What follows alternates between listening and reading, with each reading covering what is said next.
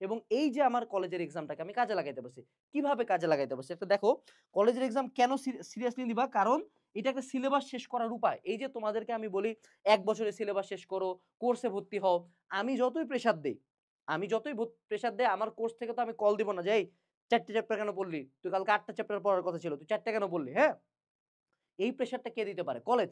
ধরো তোমার কলেজের হাফ ইয়ারলি এক্সামে সে টু সে কেমিস্ট্রির ৪ টা চ্যাপ্টার, ফিজিক্সের ৬ টা চ্যাপ্টার, ম্যাথের ৬ টা চ্যাপ্টার, গদ্য অর্ধেক, পদ্য অর্ধেক আর একটা উপন্যাস আছে। এরকম করে তোমার সিলেবাসটা বিন্যাস করা।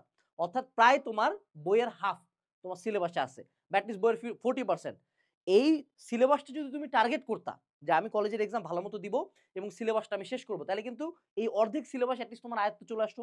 ফুললি আয়ত্তে চলে আসলো। এই এত বড় সুযোগটা তুমি মিস করলা না? সো কলেজের এক্সাম সিরিয়াসলি নিবা এবং কলেজের যে সিলেবাসটা আছে, সিলেবাসের সরি এক্সামের সেই সিলেবাসটা ১ম এ স্টাডি করবা। সো আমাদের